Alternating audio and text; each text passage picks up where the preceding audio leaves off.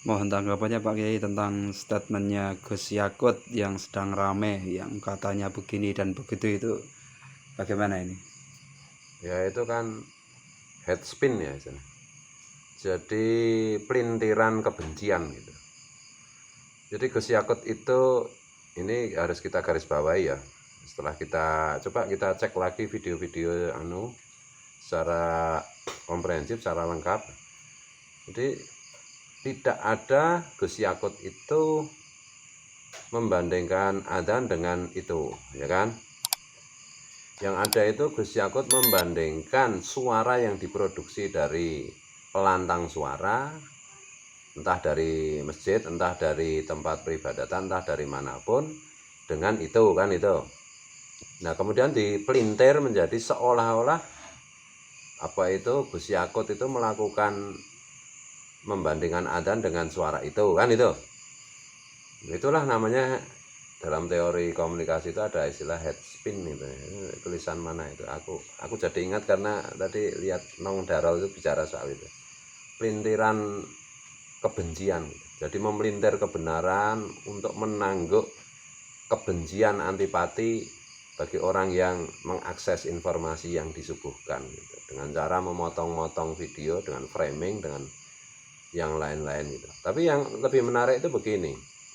Sampai ya itu korbannya itu ada itu emak-emak di Medan itu yang naudzubillahi min dzalik segitunya gitu loh. Itu ada gambar di mana di wajahnya Gus Yakut kemudian dengan badan itu kemudian diinjak-injak itu, masya Allah, itulah kejinya fitnah kan gitu. Dan sejak zaman Nabi kan memang ada itu yang soal istri, salah satu istri beliau itu ya, kalau yang tukang ngaji pasti paham yang saya maksud.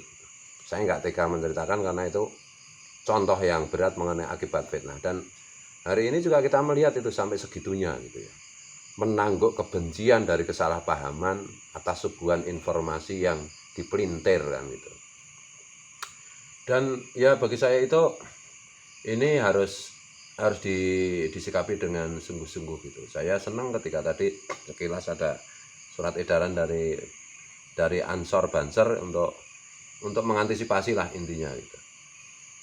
Karena ada juga ini ada selentingan bahwa itu kelompok radikal itu mau bikin demo kepada Gus Yakut itu. Nah ini kalau saya lebih tertarik membacanya begini, Gus Yakut itu kan anak seorang kiai besar, Kiai Khalil almarhum, almarhumlah.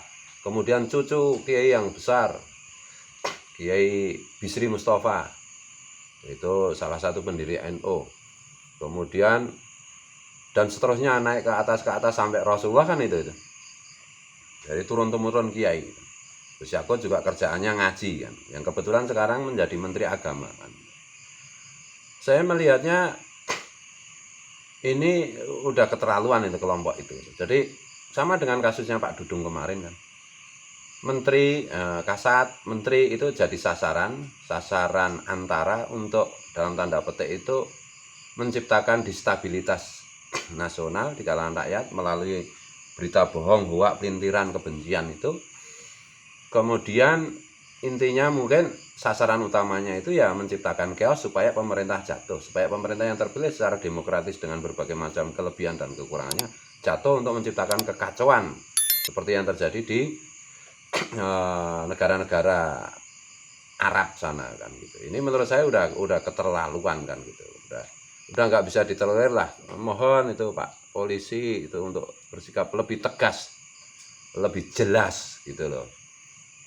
Karena ya kondisinya kan mengkhawatirkan. Kelompok radikal itu ya kira-kira cuma 5%. Tapi mereka speak up-nya di medsos itu kan sedemikian rupa karena memang mereka menciptakan targetkan peperangan di alam maya, karena di alam nyata mereka sedikit kecil kan gitu. Kalau sampai tabrakan beneran dengan kelompok silent majority kan habis mereka.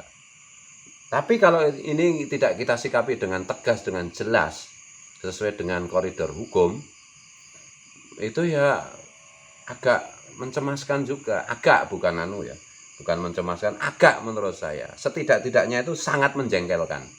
Nah itu. Nah, oleh karena itu mari kita berpikir waras lah. Mari kita berpikir waras. Saya juga ada beberapa WA itu yang menanyakan begini dan begitu. Yang isinya semua hoax lah. Semua hoax, semua berita bohong, semua diarahkan untuk apa itu menciptakan kebencian gitu, berdasarkan fakta-fakta yang dipalsukan kan gitu. Hari ini ingat loh, bahkan beberapa tahun lalu aja sudah ada buku How to Lie with Statistic kan gitu, statistik kan, bagaimana berbohong dengan statistik aja bisa dijadikan alat untuk kebohongan, apalagi potongan video, apalagi potongan statement kan gitu. Jadi mari kita untuk bangsa ini kita lebih bersiap siaga gitu loh. Aparat yang berwenang seperti kepolisian, mohon itu Pak Kapolri, Pak Polisi, masa di depan kantor, katanya ya, saya sekilas saja baca itu, katanya di depan Polda itu gambar Menteri Agama diinjak-injak itu di depan Polda Medan. Saya nggak tahu, mudah-mudahan tidak benar. Kalau sampai itu benar kan harusnya itu benar-benar harus ditangkap itu. Bukan masalah Gus Yakutnya. Gus Yakut itu membawa jabatan menteri. Kan itu.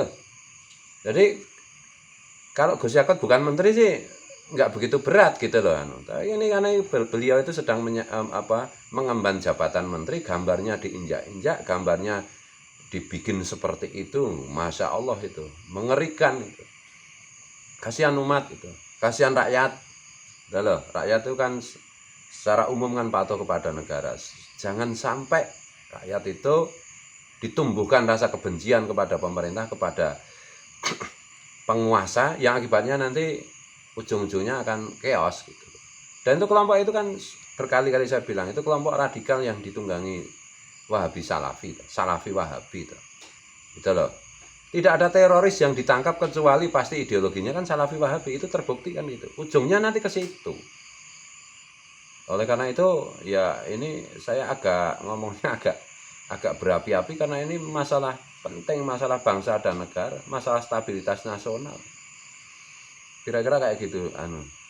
Apa ada perlu jawaban yang lain yang belum? Cukup Pak. Oh.